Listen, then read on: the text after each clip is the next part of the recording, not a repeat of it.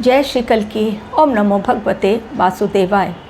बीत गई पूर्णिमा, पौष पूर्णिमा, और शुरू हुआ माघ का महीना, और इसके साथ ही प्रयागराज में श्रद्धालु जुटने लगे स्नान करने के लिए। लेकिन पौष पूर्णिमा की कुंडली क्या संकेत दे रही है?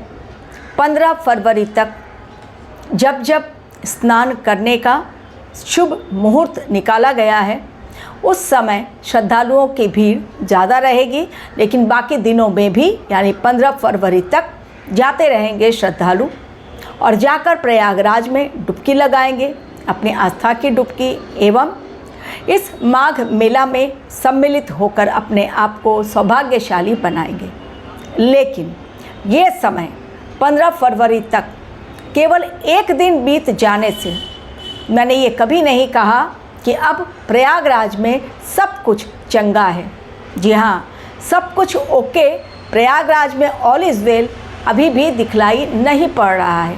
कारण जल और अग्नि के कारण इस समय लोगों को मुसीबतें झेलनी पड़ रही हैं।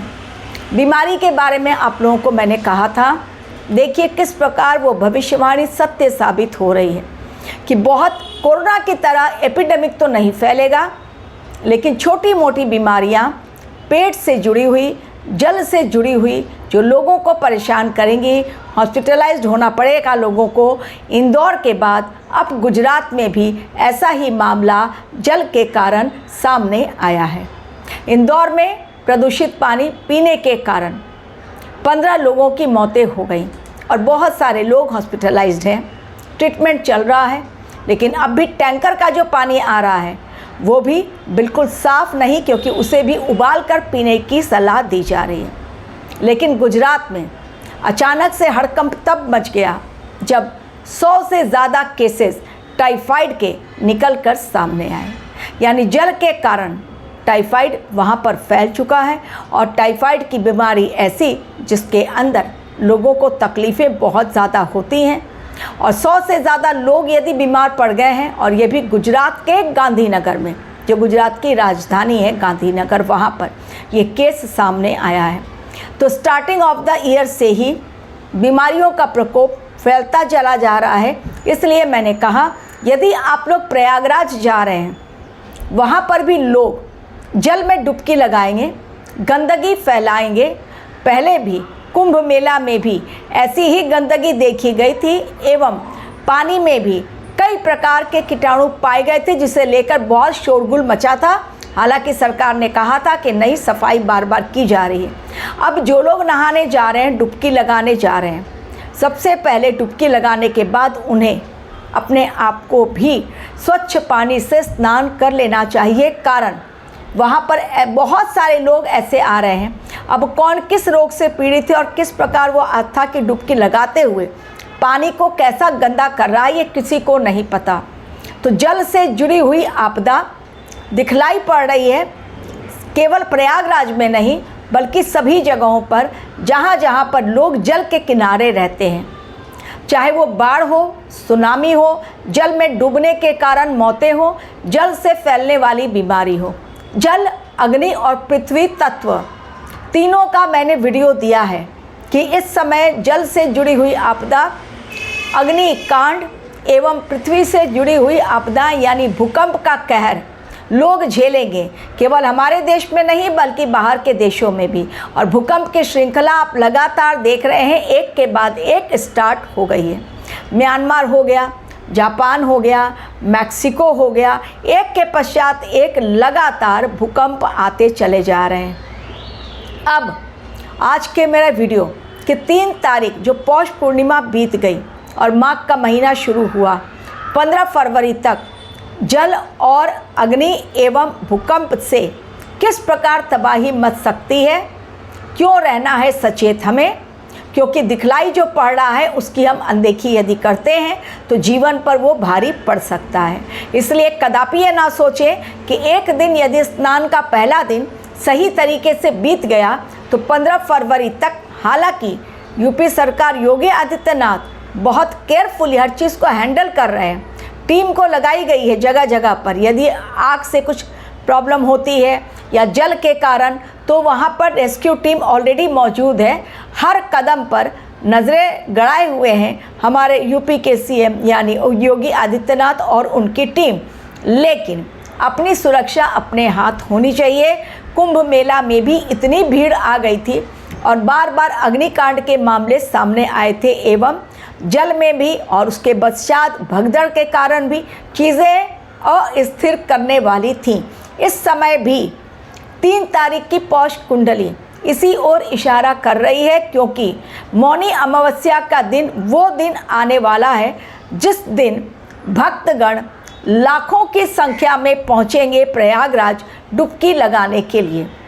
ट्रेन में पैर रखने की जगह नहीं रहेगी, भगदड़ मचने की संभावना है। जल के कारण, आपदा के कारण, जल के आपदा के कारण या जल में डूबने के कारण या जल से जुड़ी हुई कोई बीमारी इस समय दिखलाई पड़ रही है। एवं लोग जो जाएंगे वहाँ पर डुबकी लगाने मौनी अमावस्या के दिन, वो पड़ रहा है 19 तारीख को, यानी 19 जैन। अब 19 जैन क्या है? सोमवार का दिन।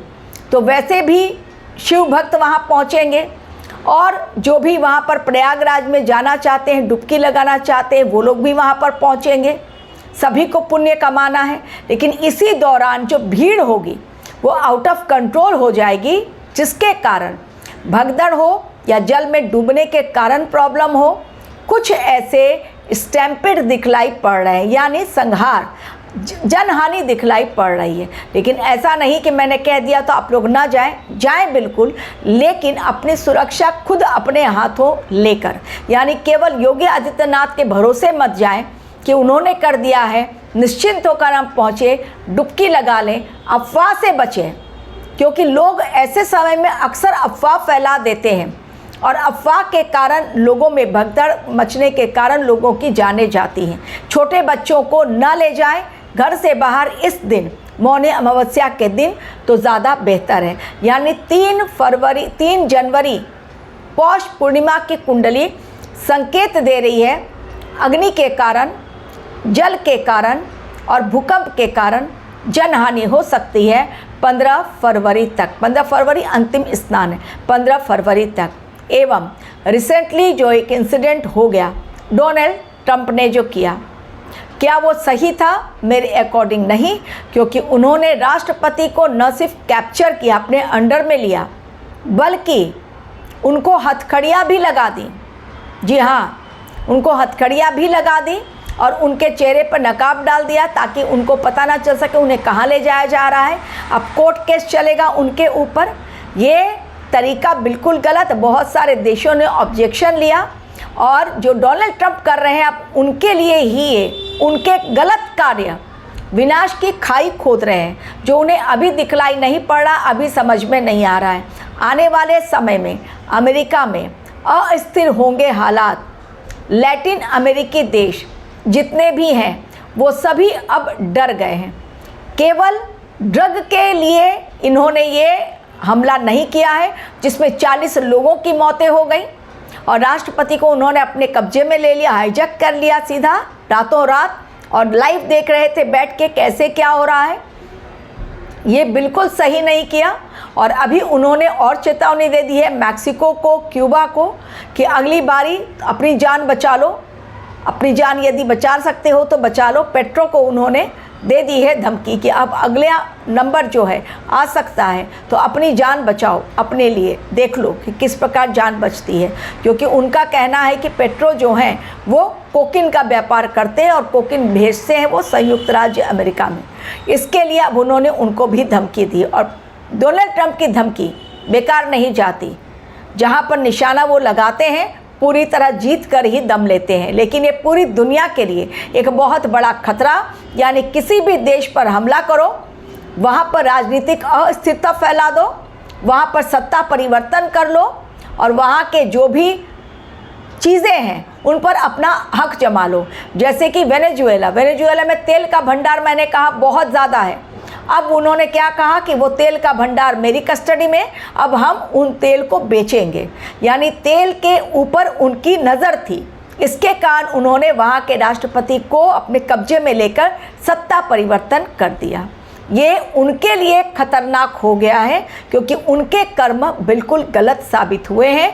उनके अपने देश में तेल का भंडार कम नहीं, लेकिन दूसरे को सत्ता परिवर्तन करके, बेदखल करके, यदि कोई चाहता है कि उनकी चीज़ों पर हम दखल अंदाजी करके हम व्यापार करके पैसे कमा लें, क्योंकि इन्होंने ये किया है केवल धन कमाने के लिए और अपनी पावर दिखलाने के लिए। तो धन और शक्ति का ये जो शो ऑफ कर रहे हैं डोनाल्ड ट्रंप, बहुत जल्द उनके ही लोग उनके खिलाफ आवाज़ उठाएंगे और अमेरिका से लोग पलायन करते हुए नजर आएंगे, नौकरियां छीनी जाएंगी और बहुत ज़्यादा उपद्रव अमेरिका में भी मचने वाला है। देखते जाइए किस प्रकार जो 3 जनवरी पौष पूर्णिमा की कुंडली दे रही है संकेत, अपघात के, जनहानि के, प्राकृतिक आपदाओं के, बड़े भूकंप के, वो किस प्रकार सही साबित होती है। इसलिए कहीं पर भी यदि आप जा रहे हैं लंबी दूरी की यात्रा पर, तो सोच समझ कर जाएं, निर्णय लें और जल से दूरी बनाकर रखें, अग्नि से सावधान रहें। भूकंप से भी बड़ी हानि दिखलाई पड़ रही है।